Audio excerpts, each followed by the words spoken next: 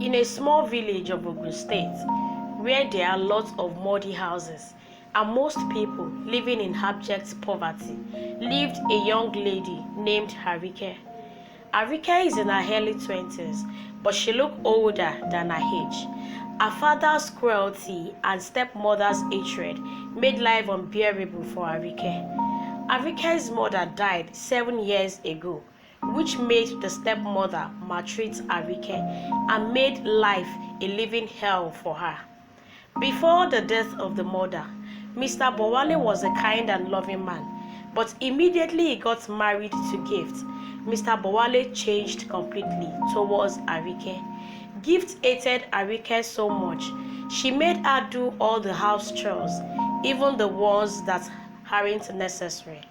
Gift will make sure she stressed the life out of Harike. Harike will go to the bush to fetch firewood, sweep the whole compound, wash the dishes, do the laundry. Above all, she won't give Harike food. Everyone in the village was not happy with the way Harike was being treated, but no one dare question Mr. Bowale and his wife.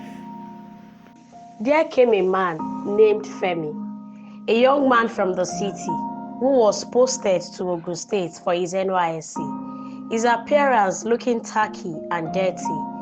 He had been working on Mr. Bowale's farm for 2 months because, according to him, he needed to get another source of income aside his NYSC allowance, so he can be able to always send money to his mom.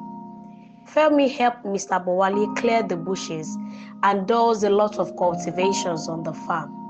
But after doing all of this, Mr. Bowale refused to pay Femi.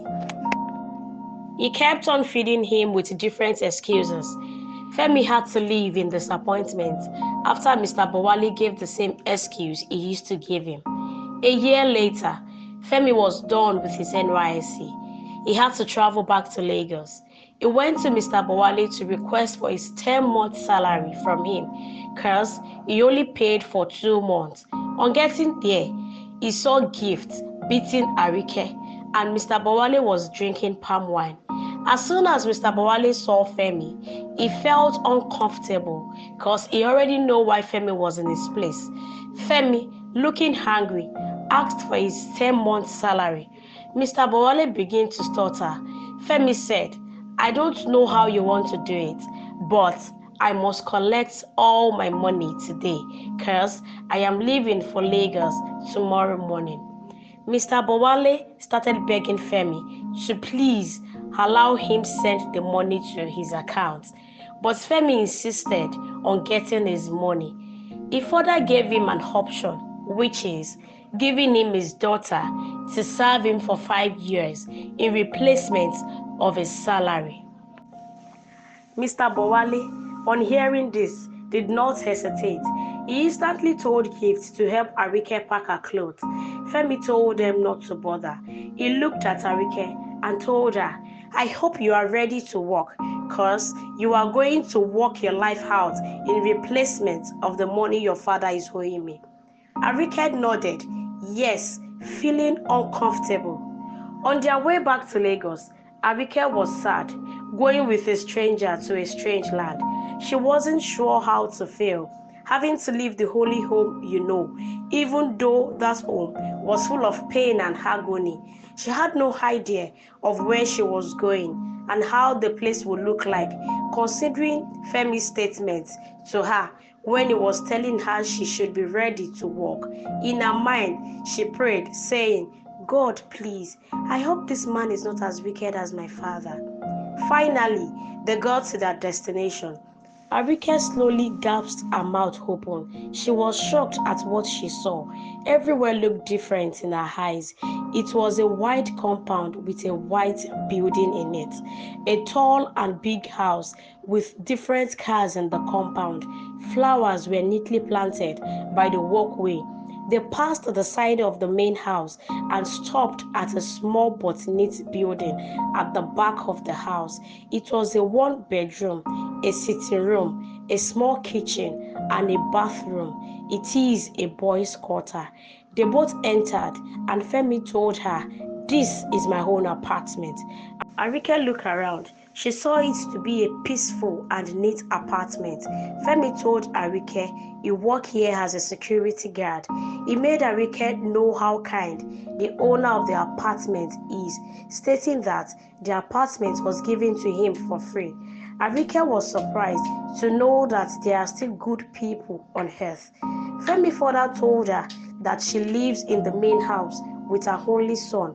Arike was happy seeing how beautiful the place was, even though it wasn't as big as the main building, but it is still far better than the village she stays. Femi told Arike to feel comfortable considering the fact that they will be staying together. The next morning, Arike woke up with joy in her heart. She had a peaceful sleep, no shouting, no beating whatsoever. She slept like a baby and woke up like a giant. She stood up and went straight to the kitchen. She met Femi in the kitchen making breakfast. "I am sorry for waking up late," she said. Femi told her there is nothing to be sorry about, that he understands. Femi already made breakfast for both of them. Arike looking surprised. "Thank you, sir," she said with a smiling face. "I want you to meet someone," Femi said. "Who?" Arike asked. Femi told her she has nothing to worry about. "Go check my wardrobe and see if any of my shirts can size you." Arike went inside to change. She wore a shirt and a short. They walked out of the boys' quarter and followed the short way that led to the main building. When they got there, a beautiful woman in her early 50s sat on a 3-seater couch with a smiling face. She welcomed the both of them. They both greeted her. She looked at Femi and asked, "Who is this radiant and beautiful lady beside you?" "This is Arike. She is my wife, ma," Femi answered. "She is so beautiful." "Arike, come sit next to me," Mrs. Williams said. "Our spirits connect already," she further said. Arike smiled faintly. "Please, if you need anything or you want anything, do not hesitate to tell me," Mrs. Williams said. They all giggled. Arike and Femi are back to their apartment. Arike was loving the whole environment and the atmosphere. "I thought you would be more wicked than my father, but I was wrong. Thank you for being an amazing person to me," Arike said. Femi went close to her and hugged her. He also told her that tomorrow they will go do some shopping because she will be needing some clothes. Arike knelt down to thank Femi. "Don't mention," he responded. After coming back from shopping, Femi sat Arike down to have a conversation with her. "I have liked you the very first day I came to request for my 2 months salary when your father was owing me for just 2 months then. But I needed to be sure of my feelings towards you, and I doubt if your father would agree to the proposal, considering the fact that I had nothing." Arike was shocked to hear this. "You can think about it as long as you want," Femi said. Arike thanked Femi for loving her and caring for her. She further said, "Thank you for bringing me to the city, a replacement for your money." They both smiled. 3 months later, life was smiling at Arike. She now looks more beautiful and glowing. She now knows how to cook good meals. Femi was able to teach her via watching online videos and getting her to do the practical. One evening, Mrs. Williams sent for her, telling her she wanted her to be her cook because Femi already told her she is a very good cook. On hearing this, she was happy. "Thank you so much, ma.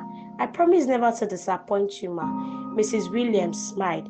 She went back to the boys' quarter and told Femi about it. She also added that Mrs. Williams promised to pay her on a monthly basis, which means she can start saving for her education. They were both happy. They both hugged each other. "Femi, you've changed my life in so many ways. Just when I thought it was over, you came into my life with hope. You changed the whole narrative to a good one. I love you, Femi." Femi opened his eyes widely. "Is that a yes from you?" he asked. Arike nodded in acceptance. Femi was so happy. They both hugged each other. 2 weeks after Arike started working as a cook in the main house, she was in the kitchen as usual, cooking for Mrs. Williams. A young, tall, handsome man walked into the kitchen to get water. Arike was surprised, not knowing who he was. "Who are you?" she asked gently.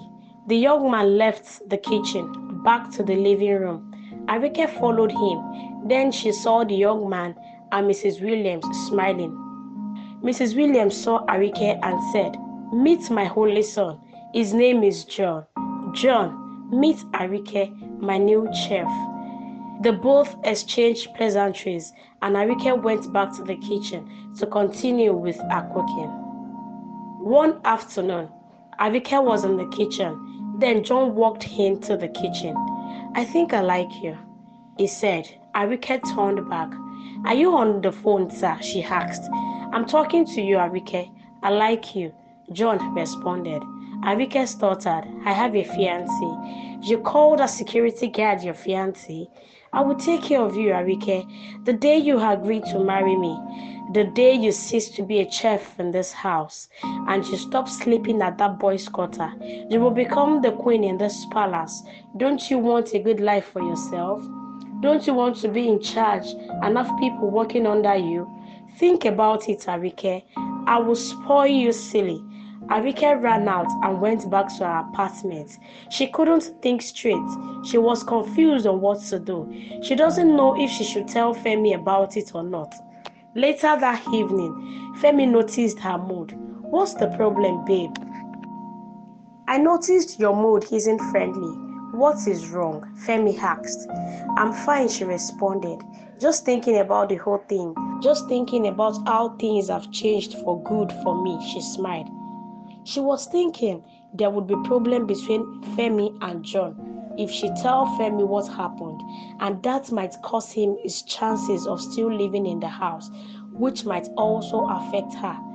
"I don't want to use my own to affect my husband," she said. The next day, she went to work. She saw Mrs. Williams in the living room. "Good morning, ma," Arike said.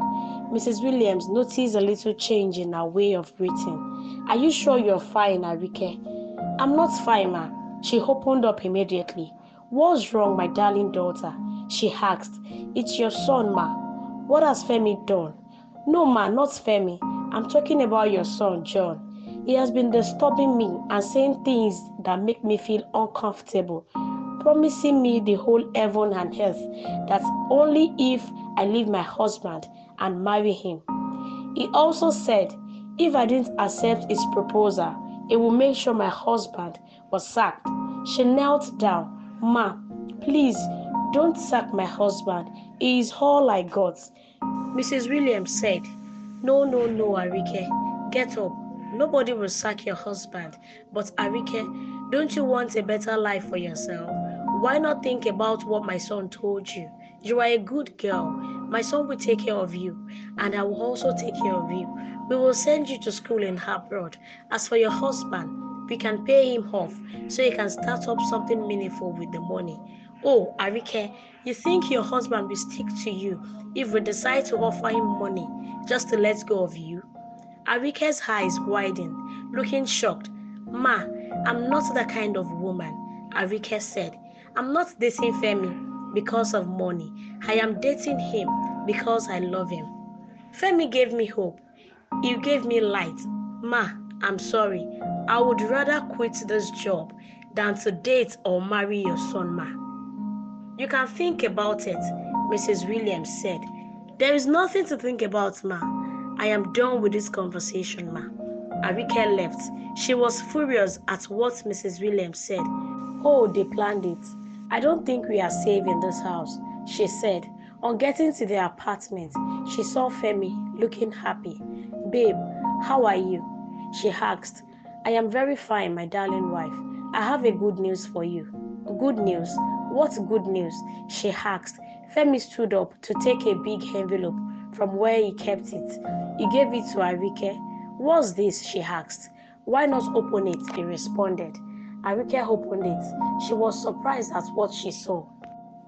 It was a lot of money. Where did you get the money from, babe? Arike asked. I have been saving this money for a very long time. I intend to use it to start up my business. But babe, your education is very important. You need to go to school.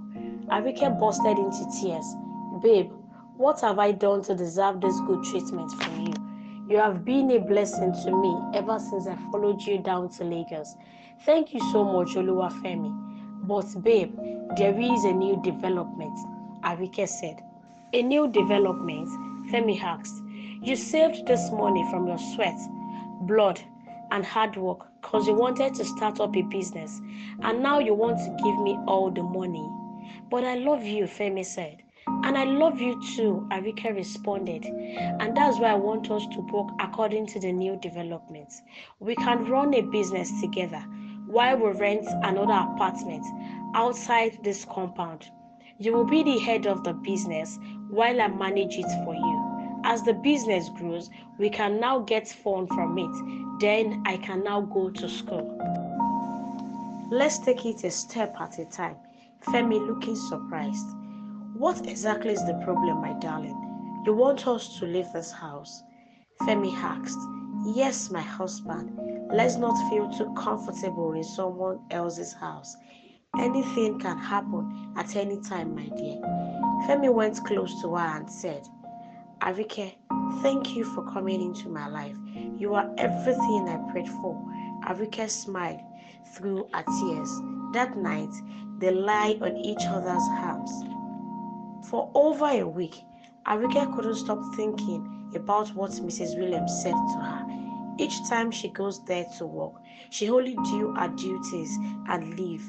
She's still in shock, knowing that Mrs. Williams doesn't like her husband, Femi. One morning, Arike woke up early. She swept the whole room and cleaned everywhere. After she was done with the house chores, she sat down to rest a bit before going to work. She had a knock on the door. Who is there? She asked while opening the door. Lo and behold, it was John and Mrs. Williams at the door. Arike was surprised to see them. Good morning, my darling daughter. Arike, please, we have come to beg you. I am sorry, Arike, John added. I was wrong, and my mother was wrong to have supported me. Find a place in your heart to forgive me, Arike. I can clearly see that Femi is lucky to have you in his life. You are special, Arike, and you are a woman of virtue, Mrs. Williams added. No problem, ma. I've forgiven you, ma. She also turned to John. John, I've forgiven you. They all smiled. Arike, sooner than you expect, things will be cleared to you, Mrs. Williams said. What do you mean, ma? Arike asked, looking confused. Not worry, my daughter. Mrs. Williams and John left. Arike couldn't take that statement off her mind. What does she mean by that statement? Is there something I'm not getting in this house? While bottling those questions in her heart, Femi entered. Good evening, Iyawomi, Femi said. You're welcome, my love. Where have you been since? She asked. Arikemi, there is something I would like to tell you, Femi said, looking serious. What is it? Arike asked. I have offended you. Offended me? She asked. Yes, I have, but I hope you understand me enough to forgive me, he added.